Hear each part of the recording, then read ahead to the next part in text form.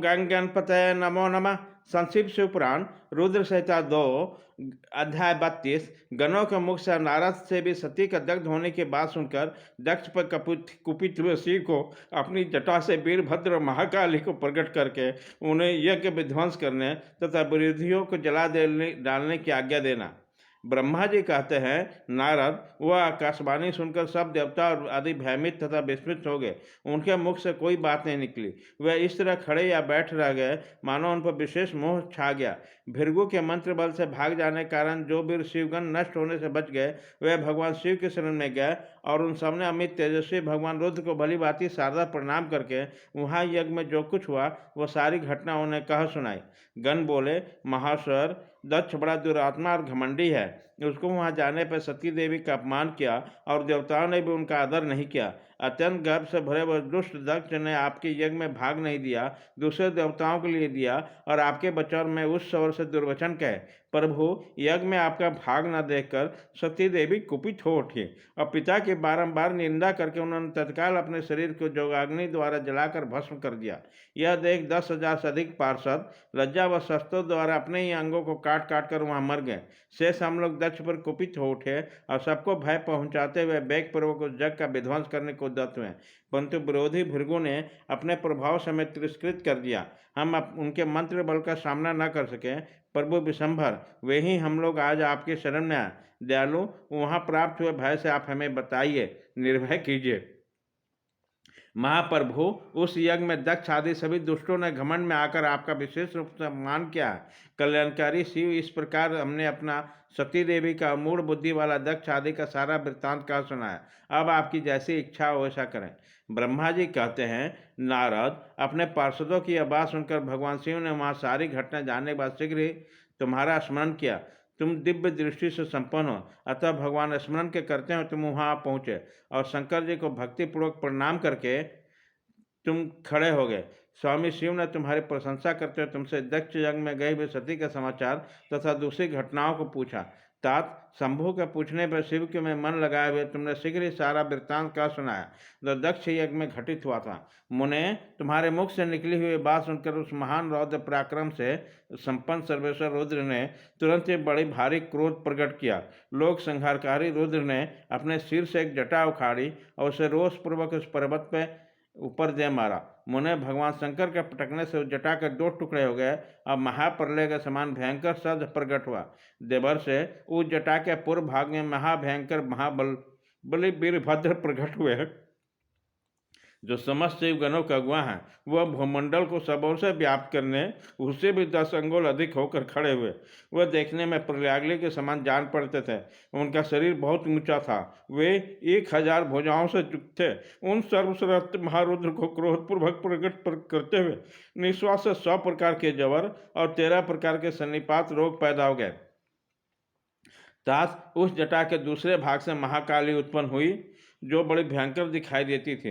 वो करोड़ों भूतों से घिरे हुए थे जो जबर पैदा हुए और सबके सब शरीरधारी क्रूर और समस्त लोगों के लिए भयंकर थे। वह अपने तेज से प्रज्वलित होकर सब और दाह उत्पन्न करने से प्रतीत हुए। वीरभद्र बातचीत करने में बड़े कुशल थे। उन्होंने दानव हाथ जोड़कर परमेश्वर शिव को प्रणाम कहा। वीरभद्र बोले, महारुद्र, सोम, सूर्य और अग्नि के तीनों नेत्र के रूप में धारण करने वाले प्रभु, शीघ्र आज्ञा दीजिए। मुझे इसमें कौन सा कार्य करना है? ईशान, क्या मुझे आधे ही क्षण में सारे समुद्र को सुखा देना है या इतने समय में संपूर्ण पर्वतों को पीस डालना है? हर मैं एक ही क्षण में ब्रह्मांड को भस्म कर डालूं या समस्त देवता और मुनीश्वरों को जलाकर राख कर दूं? शंकर, ईशान, क्या मैं समस्त लोगों को उलट पलट दूं या संपूर्ण प्राणियों का विनाश कर डालूं? महेश्वर, आपकी कृपा से कहीं कोई भी ऐसा कार्य नहीं है जिसे मैं ना कर सकूं। पराक्रम के द्वारा मेरी समानता करने वाले वीर पहले कभी न हुआ है और न आगे होगा। शंकर, आप किसी तिनको को भेज दें तो वह भी बिना किसी यत्न के क्षण भर में बड़ा से बड़ा काल सिद्ध कर सकता है, इसमें संशय नहीं है। शंभु, यद्यपि आपकी लीला मात्र से सारा कार्य सिद्ध हो जाता है, तथापि जो मुझे भेजा जा रहा यह मुझ पर आपका अनुग्रह ही है। शंभु, मुझसे भी जो ऐसी शक्ति है वो आपकी कृपा से ही प्राप्त हुई है। शंकर, आपकी कृपा के बिना किसी को भी कोई शक्ति नहीं हो सकती। वास्तव में आपकी आज्ञा के बिना कोई तिनके आदि के हिला लाने में समर्थ नहीं है, यह निसंदेह कहा जाता है। महादेव, आपके चरणों में मैं बारंबार प्रणाम करता हूँ। हर आप अपने अभीष्ट कार्य की सिद्धि के लिए आप मुझे शीघ्र भेजिए। शंभो, मेरे दाहिने अंग बारंबार फड़क रहे, इससे सूचित होता है कि मेरी विजय अवश्य हो गया। अतः प्रभो, मुझे भेजिए। शंकर, आज मुझे कोई अभूतपूर्व एवं विशेष हर्ष तथा उत्साह का अनुभव हो रहा है और मेरा चित्त आपके चरण कमल में लगा हुआ है। आप पग पग पर मेरे लिए शुभ परिणाम का विस्तार होगा। शंभो, आप शुभ के आधार हैं। जिनके आप में सुदृढ़ भक्ति है, उसी की सदा विजय होती है और उसी का दिन अदिन शुभ होता है। ब्रह्मा जी कहते हैं, नारद, उसकी यह बात सुनकर सब मंगला के पति भगवान शिव बहुत संतुष्ट हुए और वीरभद्र, तुम्हारी जय हो, ऐसा आशीर्वाद करके वो फिर बोले। महादेव ने कहा, मेरे पार्षदों में श्रेष्ठ वीरभद्र, ब्रह्मा जी का पुत्र दक्ष बड़ा दुष्ट है। उस मूर्ख को बड़ा घमंड हो गया, अतः इन दिनों विशेष रूप से मेरा विरोध करने लगा है। दक्ष इस समय यज्ञ करने के लिए उद्यत है। तुम यज्ञ परिवार से उस यज्ञ को भस्म करके फिर शीघ्र मेरे स्थान पर लौट आ। यदि देवता, गंधर्व, यक्ष अथवा अन्य कोई तुम्हारा सामना करने के लिए उद्यत हो तो उन्हें आज ही शीघ्र और सहसा भस्म कर डालना। दधीचि की दिलाई हुई मेरी शपथ का उल्लंघन करके भी जो देवता वहाँ ठहरे हुए हैं, जिन्हें तुम प्रयत्न पूर्वक जलाकर भस्म कर देना। जो मेरी शपथ का उल्लंघन करके गर्भयुक्त होकर वहाँ ठहरे हैं, वह सबके सब मेरे द्रोही हैं। अतः उन्हें अग्निमय माया से जला डालो। दक्ष की यज्ञशाला में जो अपनी पत्नी और सारभूत उपकरणों के साथ बैठे हैं, उन सबको जलाकर भस्म कर देने के पश्चात फिर शीघ्र लौट आना। तुम्हारे वहाँ जाने पर विश्वगण आदि देवगण भी यदि तुम्हारे सामने आकर तुम्हारी सादर स्तुति करे तो तुम उन्हें शीघ्र आग की ज्वाला में जलाकर ही छोड़ना। वीर, वहाँ दक्ष आदि सब लोगों को पत्नी और बंधु बांधवों सहित जलाकर कलश में रखे हुए जल को लीलापूर्वक पी जाना।